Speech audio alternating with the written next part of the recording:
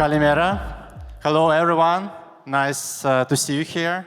It's a big honor for me to kick off this session. Yeah, I hope I'm going to entertain you in some kind of way because I hope my presentation is going to be interesting for you. And I'm going to tell you about a very exciting topic, which sits on the crossroads of AI, future, humans' interactions, and how people interact with each other and with AI. But before I start, let me quickly introduce myself.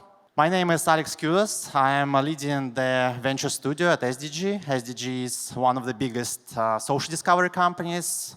We are serving millions of users globally with our 60 more products, which have just one mission in mind: to help people connect to each other, either it's platonic or romantic interactions. And we are not just building our core products, which are dating products. We also invest about 20 million annually into lab, into innovations. And we partner with early stage startups which bring us innovation in virtual intimacy. But before I start, let me ask you a very personal question. Who here, please show up your hand, who here have ever felt loneliness somewhere this week or before? Please raise your hand. Don't be honest, don't be shy. Okay, I see probably 20% of people who raised the hand. And either you are very happy here, I mean the audience, or you are lying a little bit, because nowadays loneliness, it's a big epidemic. It's a silent epidemic. Nobody talks about that, but actually it's happening right now. Because people are more connected to technologies, people are more connected to social media, they actually are feeling more and more lonely. And the study shows that about 50% of US Americans, adult Americans, are feeling loneliness on a regular basis, which is every second person, and I guess every second person in the room as well. But it doesn't sound scary, right? Okay, probably feeling lonely is okay. But actually it's affecting your health. And it increases the risks of early deaths from chronic illness by 30%. Well, actually it's as bad for your health as smoking 15 cigarettes per day. So yeah, if you are feeling lonely, probably something is wrong with you, and yeah, we need to figure out what to do. But besides that, traditional relations don't actually help as well. Did you know that about 50% of marriages in the US are ending up in divorce? That's a scary number, and actually the number increases with the iteration of marriage. So the first marriage is end up in divorce by 40%, the next marriage, second marriage, end up in 60%, and the number is increasing. And these all changes are actually creating the fundamental for virtual intimacy, and now it's raising. But it sounds like it's something new, but actually it's not. But before I tell you about the history of virtual intimacy, let me tell you what virtual intimacy is. So virtual intimacy is the emotional, it's sexual, sometimes romantic bond, which is created through digital or virtual technologies rather than physical ones. But yeah, it started pretty long time ago when the first chatbot was created. So in 1966, the German scientists created the first ever known chatbot, which is called Elisa.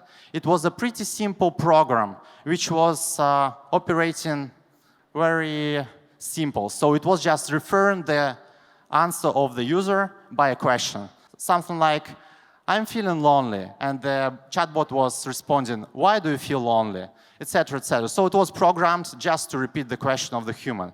And interestingly, the users start sharing very emotional, very deep feelings with those chatbots. It was the first ever proven hypothesis that humans can interact with programs and share their personal feelings with them.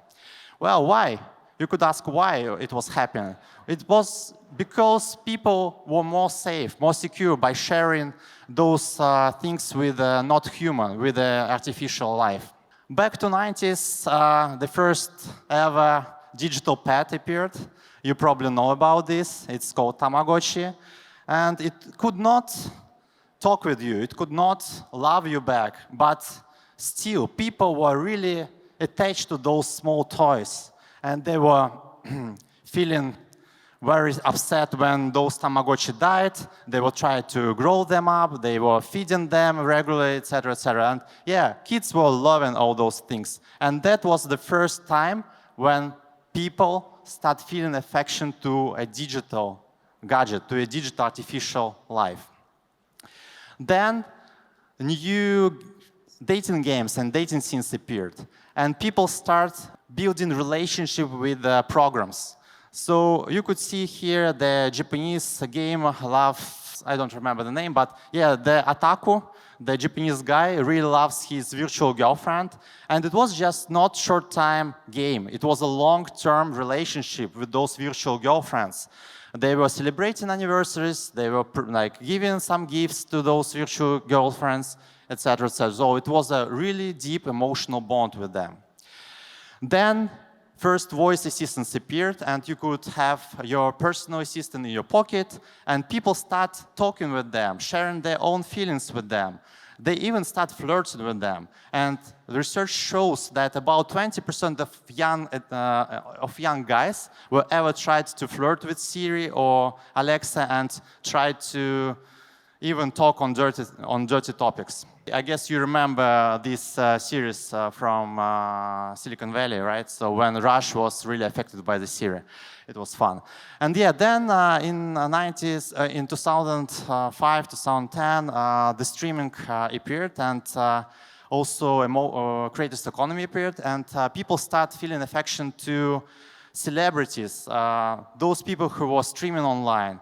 I'm talking about Twitch, I'm talking about Azar, or even OnlyFans. So people start having a real-time connection with those stars, and they were really attached to them. They were donating some gifts, and they felt really lonely when the streamer was not online. Okay, but it was pre-AI era, and now let me tell you what's happening right now. Right now, we see that actually Gen Z, which was raised online, which is hyper-connected, is really interested in online connections. They consider that online relationships are as meaningful as in-person connections. They don't even think about having in-person communication anymore. So the whole generation is shifted towards virtual relationship. But more interestingly, about 25% already are open to the idea of virtual relationship with AI or some kind of virtual partner, which sounds scary, but that's the fact. So according to another survey, people are not, Gen Z is not even interested in in-person communication and even sex. They prefer to stay online, have virtual connection, and just have this kind of affair. Obviously, we are trying to follow those trends as a company. That's the first trend we are following, AI companions and soulmates. We back up the product which is called Joy AI, which was called Eva AI in the past. You could talk with avatars, you could have deep chats with them, flirt with them, have virtual relationship, send gifts, etc. And this industry is booming. It's already mainstream. If like 5 years ago, during COVID, it was just the beginning. It was something very niche and unique. Now it's already a very mature industry, which is growing 30% year over year. The next big trend is those chatbots are actually going even further. They are going to social media. And now those chatbots even have social Instagram accounts. They have accounts on OnlyFans, on Patreon. They are earning money, they are living their own lives, they are creating content, they have their own story behind that. That's another startup which we backed up, which is called Zen Models. Obviously, those girls are not real. Yeah, by the way, guys, don't be distracted, I'm here. Yeah, and they live by their own life. They have pretty good reach. They have fans. They have donations, and they are pretty popular. This trend is uprising. It's something new. It's much smaller than the previous one in terms of revenues, but it's growing as fast as AI companions. Those two trends which I just mentioned, that's not only them, but I don't want to spend your time on that. That's not it. I mean, let's try to look into the future.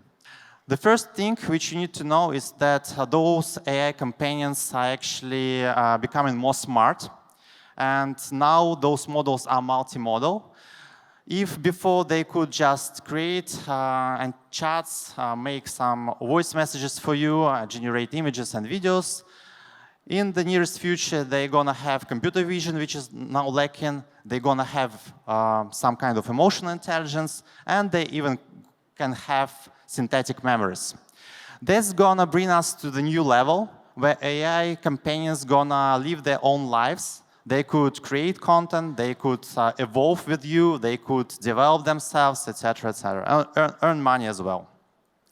Another interesting trend, which is happening between human-to-human interactions and human-to-AI interactions, is the merge of AI and VR and AR. So we call it this XR intimacy.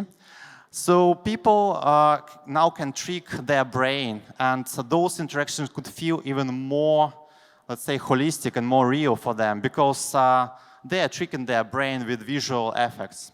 But it's just the beginning. If this trend gonna be combined with sensory stimulation, like haptic devices and even sex toys, you could not just even like trick your brain, but also trick all your feelings. You're gonna touch AI. You're gonna have some kind of a deeper connection to those chatbots and even humans.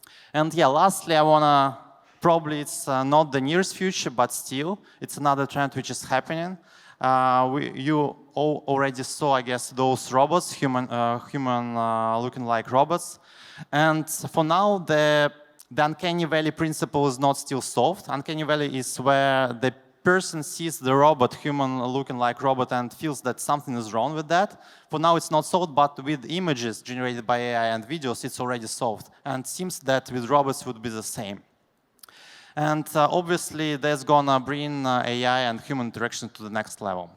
So I want to sum up with a simple question. So not even, it's a rhetorical question. If you think that virtual intimacy gonna happen, it's already happening. And the question is how far it's gonna go to. Either it's go to robots or to some other things. So we in SDG invest into founders who are building these virtual intimacy things. So if you are those kind of founder, please join our venture studio. You could follow me on LinkedIn. You could check out information about venture studio by following this QR code. That's it. Thank you. And I'm open to your questions.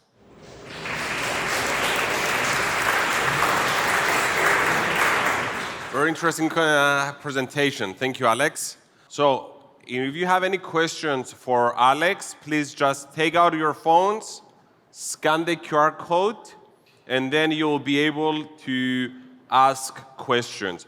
There you're going to have the option to choose between the stages. Our stage here is called the future stage, and you will be able to ask your questions. So very interesting topic, and things they are changing.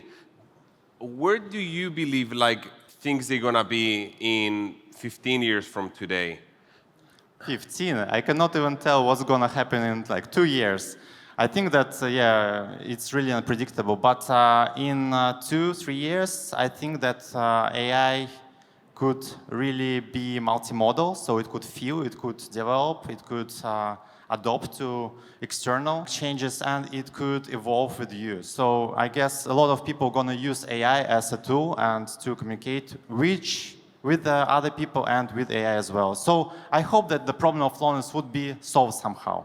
Do you believe that we will actually get to the point where people, they have actual relationships like with humanoid? I think there was even a few series and movies that they came out with this. Yeah, I guess everyone knows Blade Runner, right? When humanoid robots were existing. So yeah, I guess in 50 years probably it's gonna happen, not in the nearest future.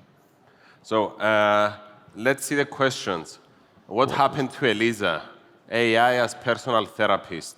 Yes, exactly. So Elisa was the first AI therapist. Actually, AI therapists are now raising. A lot of startups come into our lab as well. I think it's one of the booming topics. The biggest problem for them would be to be licensed by US authorities, but still, like a lot of startups are appearing and they are really solving the problem of loneliness. I don't know what happened to Elisa. I guess it was the first concept which is now developed to the real like AI. Let's go to Jan, since he chose to put his name. How do you address ethical concerns in your product? Where do you draw the line between helping and exploitation, and how do you avoid addiction problems? That's a very deep, actually, question. Thank you, Jan. It's a very interesting one. And you are right. A lot of ethical things can arise if we are talking about AI chatbots, for example. And obviously, as a company and as startups, you need to follow laws and some rules, and at least ethical rules. I don't want to go into like deep details, but obviously some problems like pedophilia, zoophilia, etc., should be forbidden in your chatbot. So we are drawing this kind of line, but obviously sexting is fine. If you are talking about emotional things, yeah, you could talk with AI if you want to, but not about topics which are breaking the law or breaking ethical rules. Okay, let's go to Evie. Considering that loneliness is in your product, where do you draw the line? Helping and we already said that. Was it twice? Yeah, okay. I can, Evie, I can probably answer your question. I'm not sure I understand it, but let's imagine a 40 years guy in the US sitting in front of TV. He's disabled. He cannot go outside. He cannot meet people, but he can either watch TV all day long, or this guy could talk with AI or with other humans, through, like with AI technologies. I guess the second option is much better because it's gonna help him to find the problem of loneliness. If loneliness is increasing, how can AI solve this? Yeah, AI is just a tool. I'm not saying that it's going to replace human-to-human interaction because, well, obviously we are still social animals and we need in-person communication. But AI obviously can help some people to build new relationship, to train how to build relationship, or to solve like instant problem of loneliness. I hope this answered the question, but yeah, obviously there are a lot of so-called technophobic guys who are afraid about technology. But you'll be surprised to know that the first printing press was also scary for some people, and they think that it's gonna kill all human-to-human communication because people gonna only read books. Great. So let's take one last question. How can someone jump on this trend early as service providers? As service providers, nice question. Well, obviously, well, that's a good question. I would probably leave it to service providers because they know better, but I can share my opinion.